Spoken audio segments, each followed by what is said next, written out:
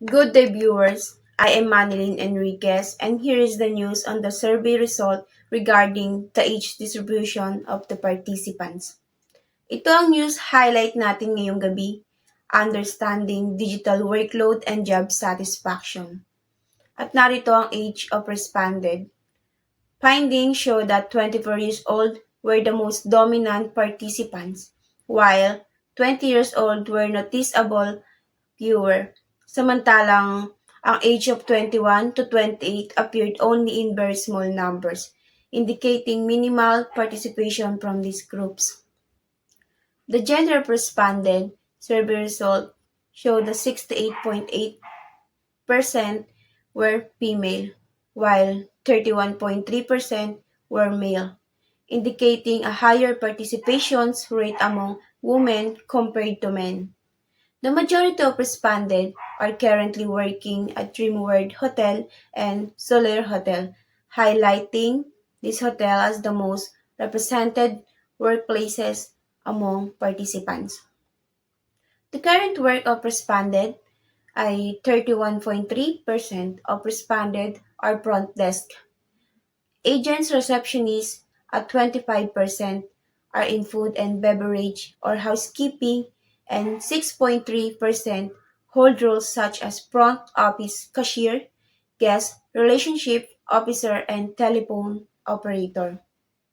Responded from department are mostly from housekeeping, 37.5%, and front office receptions, 31.3%, followed by food and beverage service, 25%, and guest relationship, 6.3%. Survey results showed that respondents' length of employment range from 9 months to a maximum of 2 years in the current workplace. Narito naman ang education's attainment ng mga respondent. 87.5% of respondents are college graduate, while 6.3% completed vocational programs or master's degrees. And for the next report, here's our reporter, Jonah Colala. Thank you, Manilyn. And today, I am John Esculala, and today we will share the result of a survey on digital workload. So for the first, it is the hotel system that they use. Like for example, the PMS, POS, reservation platforms to make them work faster that they can handle. So the survey shown in the photo reveals that the most hotel employees agree or strongly agree that the digital systems they use contribute to work overload. Only a few respondents are not neutral and non-disagreed. The results suggest that digital tools mean to improve efficiency may instead be adding pressure, highlighting the need for better system integration, training, and workflow improvement. For the second one, they expect to accomplish more tasks because of the hotel's digital system. So the survey results in the photo show that most hotel employees agree or strongly agree that they are expected to accomplish more tasks because of digital systems. Most respondents somewhat agree, while a few are neutral but none disagreed. Overall, the data suggests that digital tools are increasing workload expectations for staff in the hospitality industry. So for the third one, using hotel technology system increases their workload and time pressure. So the survey results show that most hotel employees believe that using hotel technology system increases their workload, with many selecting agree, somewhat agree, or strongly agree. Some responses were neutral and a few indicated somewhat disagree. But the overall trend suggests that digital systems often add more tasks rather than reduce them. So for the fourth one, digital tools make it difficult for them to manage their work pace effectively. So the survey data shown in the spreadsheets reveal makes employers' opinions on whether digital tools make test management difficult. Responses range across the Likert scale from strongly agree to agree. Many employers selected neutral, while others reported either challenges or ease when using digital tools. Overall, the results shown that experiences vary widely, highlighting the need for more adaptable and supportive digital systems in education. So, for the last one, they feel pressure to respond immediately to digital tasks or system notification during their shift. So, the spreadsheet shows survey responses about whether people feel pressure to respond immediately to digital messages. Answers vary widely from agree and somewhat agree, indicating many do feel pressured to neutral and disagree, showing others are less affected. Overall, the results reveal mixed experiences suggesting digital communication pressure impacts people differently. In a recent internal survey regarding the statement, I have to stay connected to hotel system even after working hours. Responses show a mixed but notable trend toward agreements. Maraming respondents ang agree at strongly agree, na nagpapakitang marami ang nakakaramdam na kailangan pa rin nilang manatiling connected sa hotel kahit tapos na ang kanilang shift. May ilan namang nagpahayag ng neutral na pananaw habang kakaunti naman ang hindi sang-ayon. The data points to a general perception that after-hours connectivity is often required, so not universally experienced by all employees. And the next recent survey regarding the statement, I feel obligated to respond to digital requests from the hotel even during my days off. Responses show a mix of perspectives. Several participants somewhat agreed or agree. May ilan naman ding hindi sumang-ayon sa pahayag. The results indicate that although experiences vary, a notable portion of employees feel some level of obligation to respond to digital requests even when they are off duty. In the survey addressing the statement, hotel digital system make it difficult for me to separate work from personal life. Responses reveal a balanced distribution of use. Several employees agree or somewhat agree, indicating that some staff experience blurred boundaries between work and personal time. A significant number also selected neutral, while others disagree, including one who strongly agree. Overall, the results show mixed perceptions, suggesting that while digital systems create challenges from some others, do not experience the same level of impact on work-life separation. Good day, viewers. I am Reggie E. De La Paz and here the news on the survey result. I find difficult to learn how to use new hotel technologies of system complexity in hotel operation. Just as the front desk for help, they guide you through it. Check the hotel app or in-room instruction. And based on the survey, 6.25% is strongly disagree, 25% is neutral, 6.25% strongly agree, 31.25% is somewhat agree, and the most highest result shown in the survey is 37.5% is agree.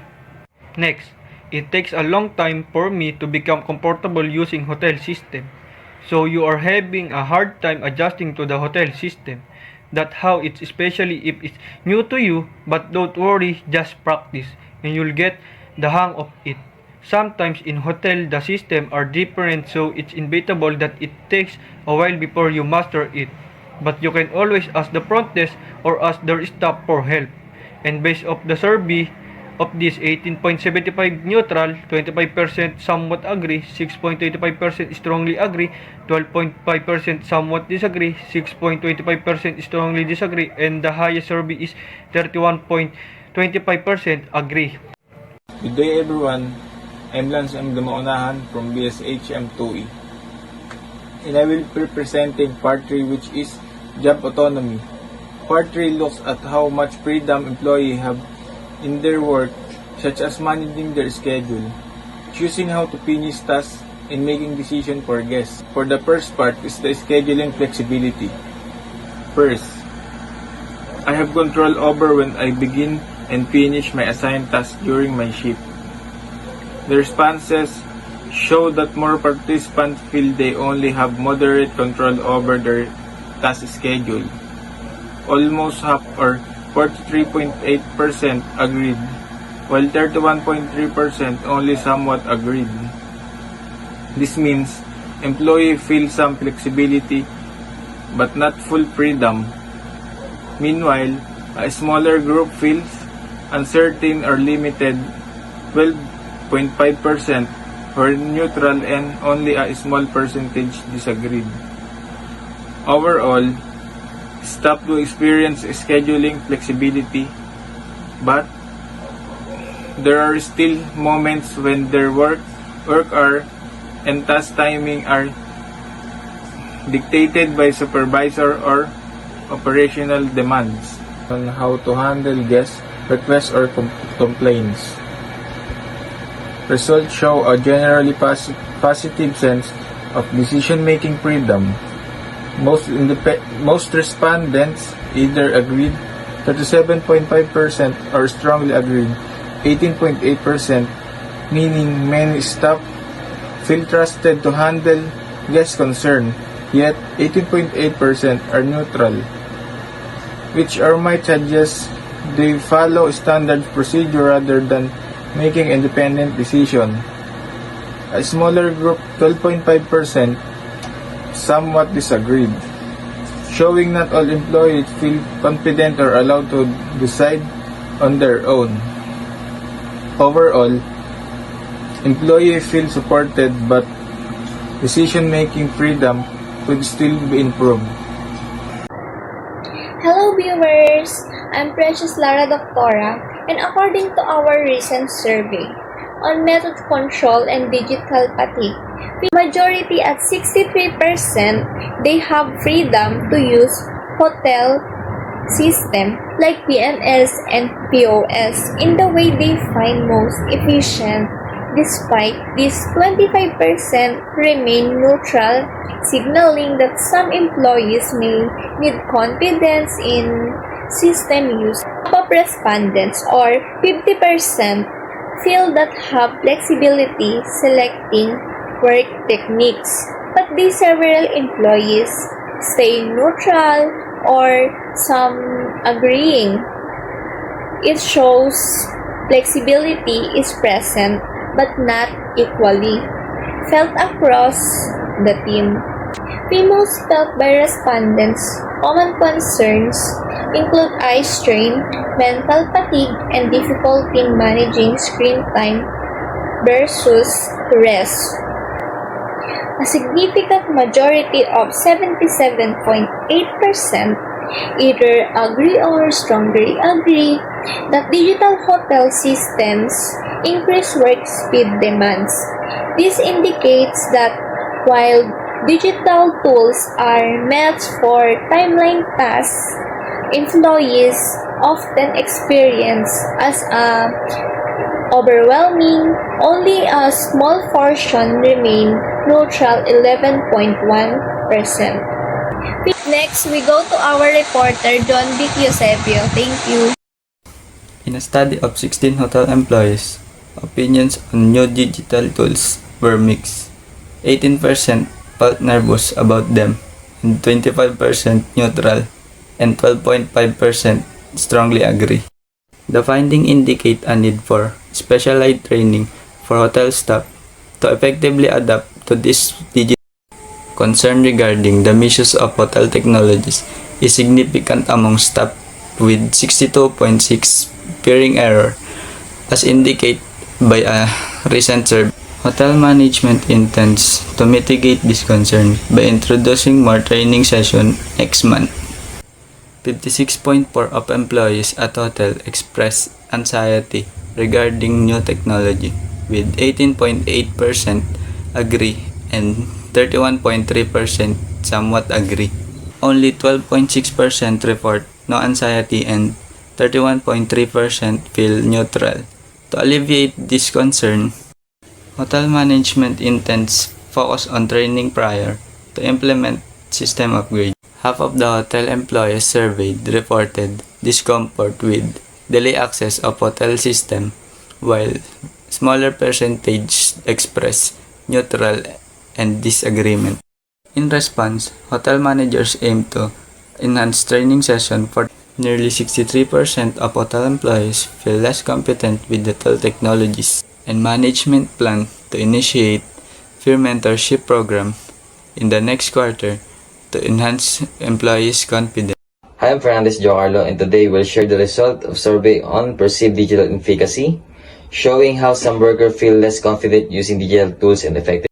In the survey on job satisfaction regarding the statement, my job allows me to use my skills and abilities effectively. Most responded agreed or strongly agreed, indicating that employees generally feel their skills and abilities are well utilized in their roles. A few somewhat agreed or somewhat disagreed, reflecting slight variations or perceptions. The results suggest that employees largely feel empowered to apply their skills effectively in the work. In the survey on job satisfaction regarding the statement, I am satisfied with the pay and benefits I receive from the hotel. Most responded agreed or strongly agreed, indicating general satisfaction with compensation and benefits. A few were somewhat agreed or neutral, reflecting minor differences in perception. The results suggest that employees are largely satisfied with the pay and benefits provided by the hotel. In the survey on perceived digital efficacy regarding the statement, I sometimes feel technology lowers my confidence in my job. Responses were mixed. Several employees agreed or somewhat agreed, indicating that technology can affect their confidence at work. Others disagreed or somewhat disagreed, while a number remained neutral, reflecting variant experiences. The results suggest that while some staff feel their confidence is impacted by technology, others maintain confidence in their job performance. Following the report of Ms. De La Cruz, this is Joshua Yacho continuing the presentation. For this item, the results show that most employees are satisfied with how their supervisor manages and support them. 6 respondents are agree and another 6 strongly agree, leaving a total of 12 possible responses. The employees are remain neutral, showing they have no strong opinion. Only one someone disagree, which indicates very minimal dissatisfaction overall. The data reflects strong, true, and confidence in the leadership and support provider and supervisor. For hotel policy and procedure, the feedback is also largely positive. For employee agree and 8 strongly agree. Again, totally 12 positive response. 2 respondents were neutral, while 1 some that agree and 1 some that disagree. This suggests that the major of employees find the hotel policy clear, supportive, and benefits. The few mixed response and simplify indicate area for clarification or improvement. Positive and friendly relationship with co-workers. The survey result, 6 strongly agree, 6 agree, 3 neutral, and 1 somewhat agree. 6 both were strongly agree. The high satisfaction, this individual likely experienced very positive interaction with their co-workers, characterized by mutual respect and support. 6 both for agree.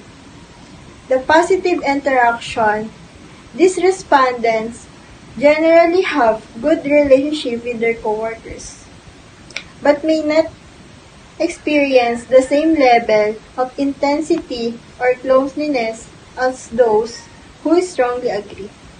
6 both for neutral. Lack of strong connection, this individual may not have formed strong personal bonds with coworkers, possibly due to difference in personality, work style, or limited interaction. 1 both for somewhat agree. The mixed experience, this person may have mixed experience with their coworkers, with some positive interaction balanced by negative or indifferent ones. I cooperate effectively to provide excellent guest service. The survey result is 5 strongly agree, 6 agree, 2 neutral, 2 somewhat agree, and 1 somewhat disagree. 5 vote for strongly agree. The explanatory teamwork these individuals likely witness and participate is seamless cooperation, resulting in consistently excellent guest service. 6 vote for agree. Effective cooperation, these respondents generally believe that their team works well together to provide good guest service, but there may be occasional hiccups or minor inefficiencies. 2 votes for neutral. Inconsistent experience, these individuals may have mixed experience with some instance of excellent teamwork and other where cooperation falters. 2 vote for somewhat disagree. Identifiable issues these respondents likely recognize areas where teamwork should be improved, the enhanced guest service. 1 vote for somewhat disagree. Negative experience, they may have had negative experience with teamworks, such as conflict, lack of support, or unequal distribution of workload.